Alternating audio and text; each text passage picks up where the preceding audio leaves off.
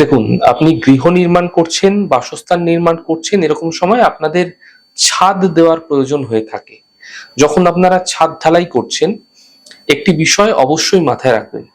শাস্ত্রে উল্লিখিত 5টি এমন নক্ষত্র রয়েছে যেই দিন ভুলেও কোনো ছাদ ঢালাই করা উচিত নয়। দেখুন, এই 5টি নক্ষত্রকে জ্যোতিষশাস্ত্রে পঞ্চক বলা হয়ে থাকে।